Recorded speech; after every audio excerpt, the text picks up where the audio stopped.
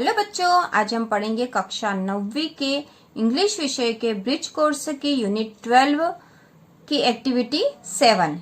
Activity 7 जो कि आपकी बुक के पेज नंबर 86 से पर है बच्चों।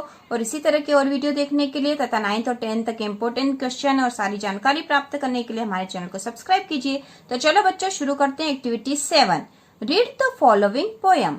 यह जो नीचे पोयम दे रखी है ना, इसे हमें पढ़ना है। पोयम मतलब कविता। इस कविता को पढ़िए। ये कविता जो है इसके पोइट है विलियम वॉर्थलेस। विलियम वॉर्थलेस की लिखी हुई ये पोयम है बच्चों। I was in the jungle. I was in the jungle. मैं जंगल में था। आई सा ए फनी थिंग। मैंने एक फनी चीज देखी है ना। आई सा ए funny thing. A monkey had a mobile and it began to ring. A monkey had a mobile. एक बंदर के पास मोबाइल था and it began to ring. और वह बजने लगा। It had a music ringtone. उसमें म्यूजिक रिंगटोन है ना, संगीत वाली रिंगटोन थी। And he began to jig. और वह क्या बन गया? नमूना बन गया है ना। And he began to jig. Dancing in the trees like he was at gig. वह पेड़ पर नाचने लगा। Dancing in the trees. Dancing in the trees like he was at gig. वह पेड़ों पर नाचने लगा जैसे वह एक प्लेटफॉर्म पर डांस कर रहा हो, है ना बच्चों। यहाँ पे जिग मतलब एक ऐसा स्थान या ऐसा प्रोग्राम है जहाँ पर डांस वगैरह करके अपना प्रदर्शन किया जाता है ना।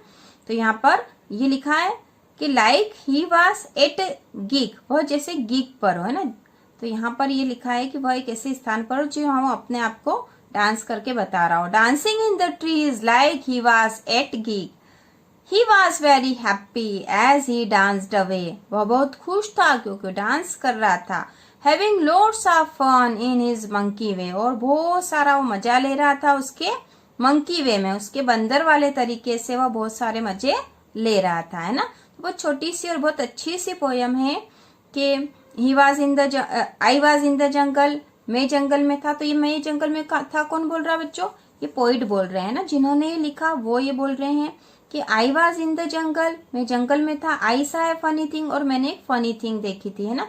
मैंने एक मजाक की चीज देखी थी। A monkey had a mobile and it began to ring. एक मंकी बंदर के पास मोबाइल था और वो बजने लग गया।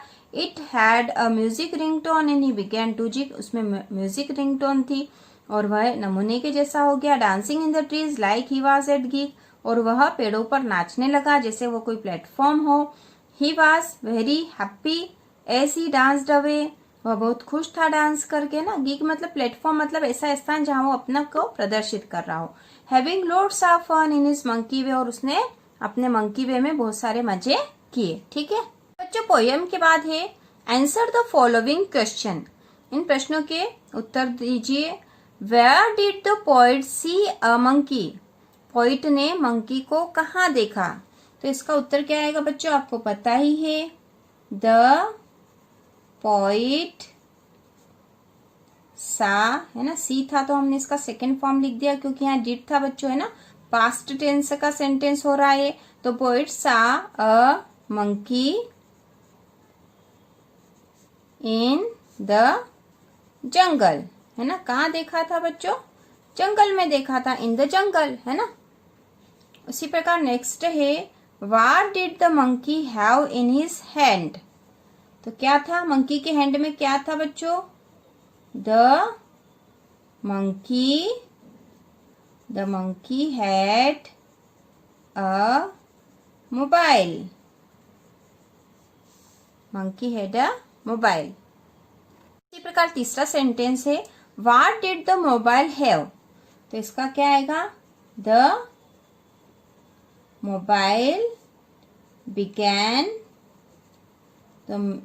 बिगैन टू रिंग, है ना। मोबाइल बजने लग गया था। What was the monkey way of having fun. Monkey way क्या है ना। बंदर का कौन सा तरीका था हैविंग फन का? तो द मंकी वे वाज, इसका उत्तर यहां से लिखेंगे हम। द मंकी वे वाज, ठीक है बच्चों, वास आएगा यहाँ पे। The monkey way was dancing in the trees like a gig.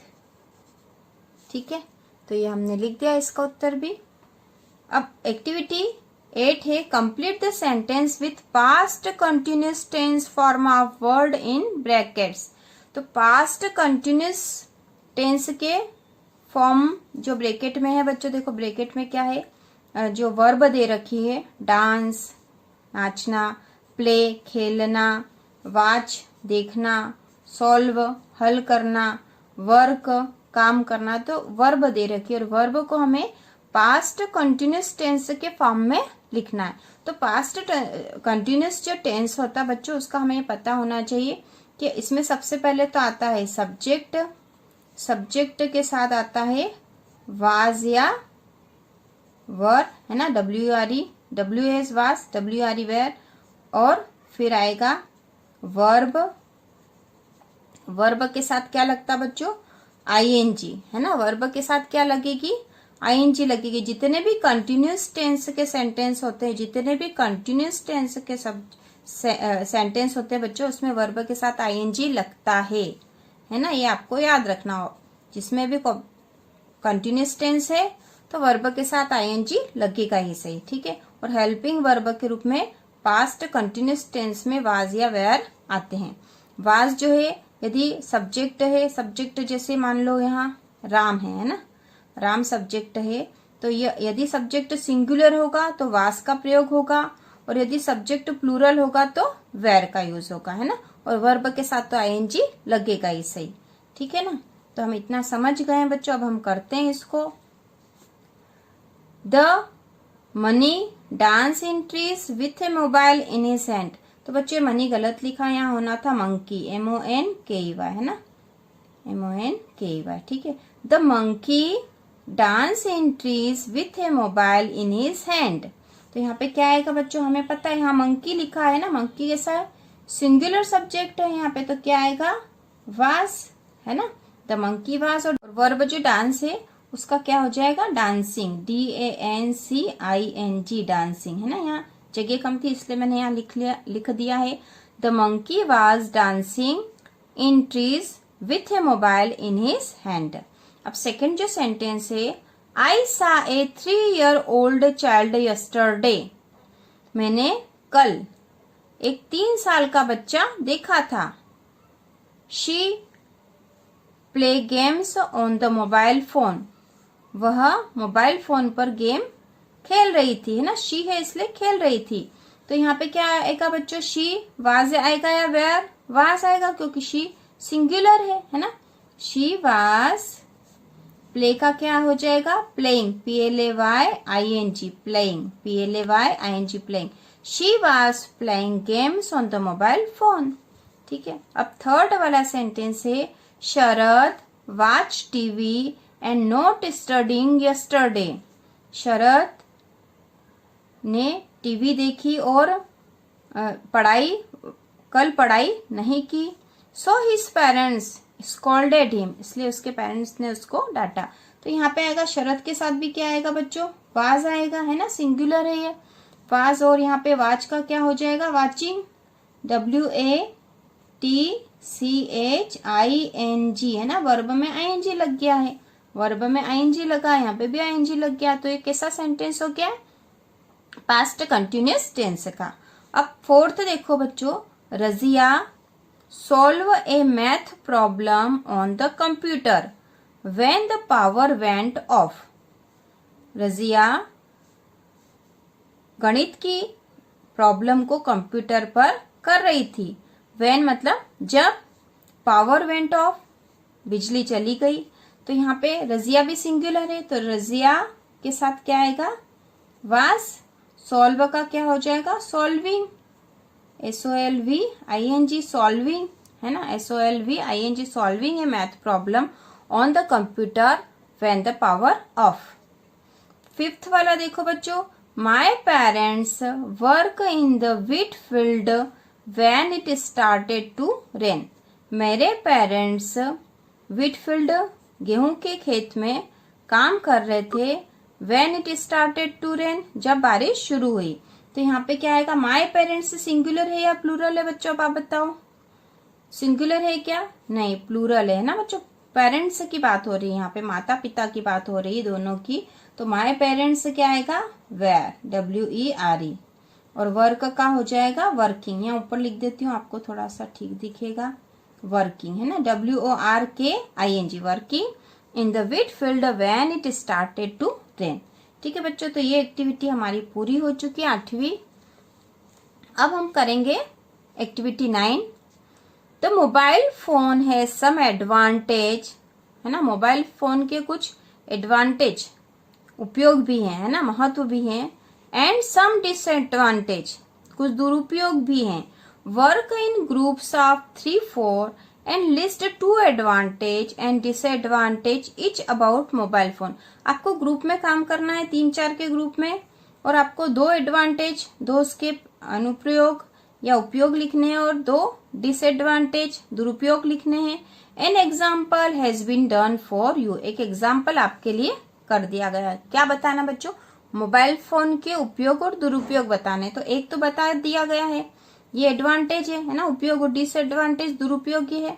तो पहला एडवांटेज क्या है, इजी टू कैरी, आसानी से उसको कैरी मतलब ले जाया जा सकता, आप कहीं भी जाओ तो आप उसको आसानी से ले जा सकते हो। और डिस्टर्बिंग का ये दुरुपयोग है बच्चों, है ना, डिस्टर्बिंग है मतलब ये आपको हर बार डिस्टर्ब करता, मोबाइल फोन है, कभी भी घंटी बजेगी तो आप उससे डिस्टर्ब हो जाओगे।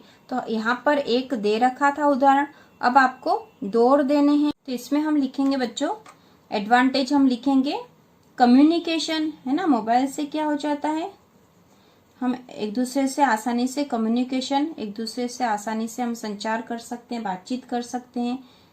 कम्युनिकेशन है ना, कम्युनिकेशन मतलब संचार, COMMUNICATION, कम्युनिकेशन मतलब संचार, एक दूसरे से बातचीत है ना आसानी से हो जाती है।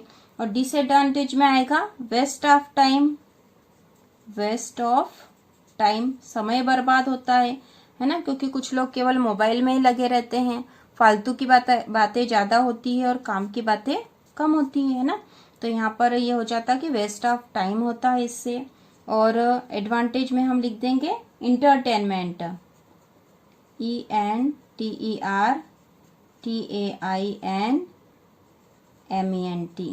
ENTERTAINMENT, इंटरटेनमेंट मतलब है अर्थ इसका बच्चों मनोरंजन, है ना, इंटरटेनमेंट होता है। ठीक है, मोबाइल से हम गाने सुन सकते हैं, एक दूसरे से बातचीत हो जाती है, हम वीडियो भी देख सकते हैं, तो इसके द्वारा हमारा मनोरंजन होता है। और इसके डिसएडवांटेज में आप लिख दोगे एडिक्शन, ADDICTION, एडिक्शन मतलब लत, है ना, लत लग जाती है, मोबाइल चलाने की लत लग जाती है। तो बच्चे या बड़े भी उसी में लगे रहते हैं, इससे वेस्ट ऑफ टाइम होता है, डिस्टर्बिंग होती है। उसी प्रकार एडवांटेज में है इजी टू कैरी है, ये कम्युनिकेशन हो जाता है, इससे आसानी से इंटरटेनमेंट हो जाता है। ठीक है बच्चों, तो ये एक्टिविटी हमारी पूरी हो चुकी है।